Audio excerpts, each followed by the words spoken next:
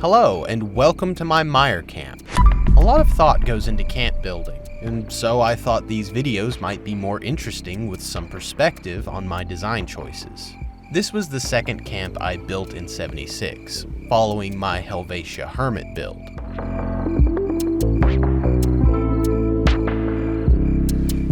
Since I always play as a mad scientist in Fallout games, cause, you know, that's my whole shtick, I tend to always lean toward laboratory aesthetics in my builds. I tried to combat against that here, focusing more on blending the camp into the landscape and matching the environment. Going into this one, I wanted to focus more on conserving budget, since Bethesda refuses to give us any more. Honestly, more camp budget is the only thing I've actually wanted since the game came out. I also knew I wanted to use the boat prefab here, so I essentially just built one room for the central building.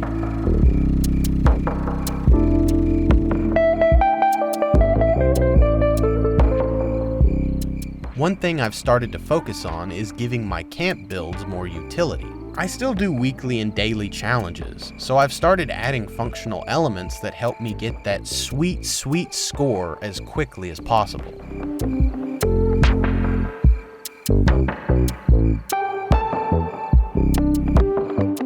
For example, I added a garden to this build in order to knock out the challenges that require food. I also added a turbo fertilizer grenade generator nearby, in order to cut down on wait times if I need a lot. I also included a tea brewer as well as a birthday cake generator, for challenges that require tea or cooked meals. And yes, birthday cake slices count as a cooked meal.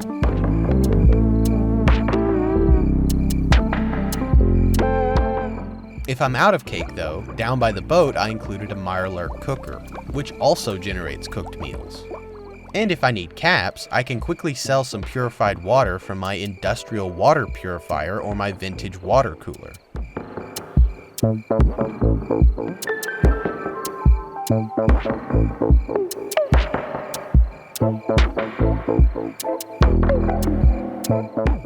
My original idea for the boat was to place a mole rat power generator on the back, which would make the boat resemble more of a high-tech paddle steamer. However, the generator turned out to be far too big for the boat, so I had to pivot my idea to more of a cryptid hunting boat. I also put up the bisexual flag, because it's nice to feel represented. Thanks, Bethesda.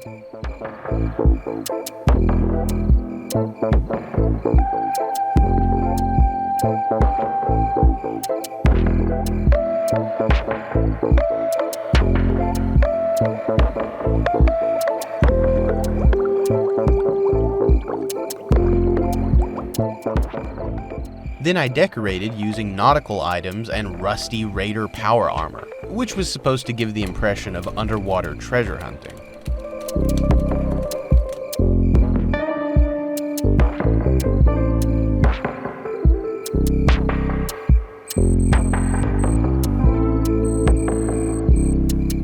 I tried to make the interior of the boat look as lived in as possible. Including all the necessities in such a small room is very difficult, but I think it turned out pretty great. Just remember that once you start decorating the boat, it cannot be moved again. I learned that the hard way.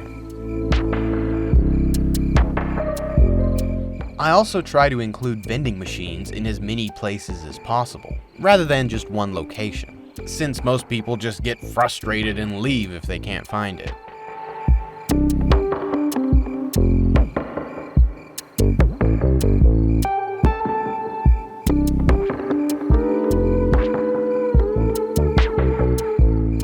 Focusing back on the budget problem, Bethesda's answer to the lack of camp budget was originally shelters. But let's be honest here, that was a terrible solution. Who is seriously going to take the time to go into a random stranger's shelter unless they absolutely have to? To me, it's a waste of time decorating since 90% of people will never see it anyway.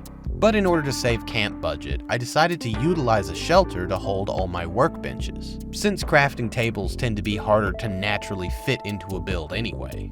I probably won't be doing this again though, because having to wait through a loading screen to get into my shelter every time I want to craft something gets really tedious really quickly. Especially when fast traveling from elsewhere on the map to my camp, and then having to load into my shelter. While it isn't a complete fix, if Bethesda just allowed us to fast travel into our shelters from anywhere on the map, that would save a ton of time.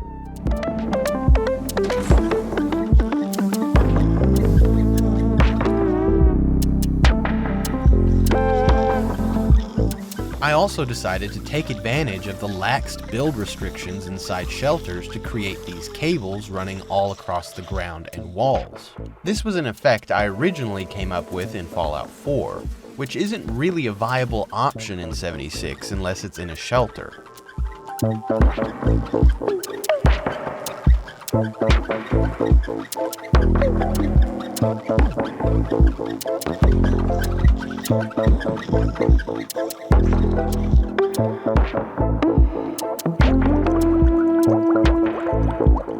The aquarium pillar is one of my favorite items in the game, but it's just too big to really work into a build naturally.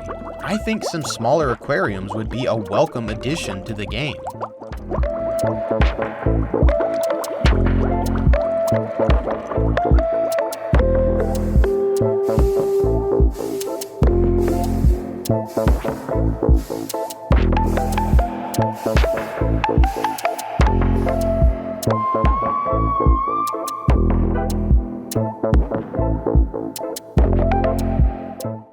I seriously have no idea which is the front and which is the back on this camera.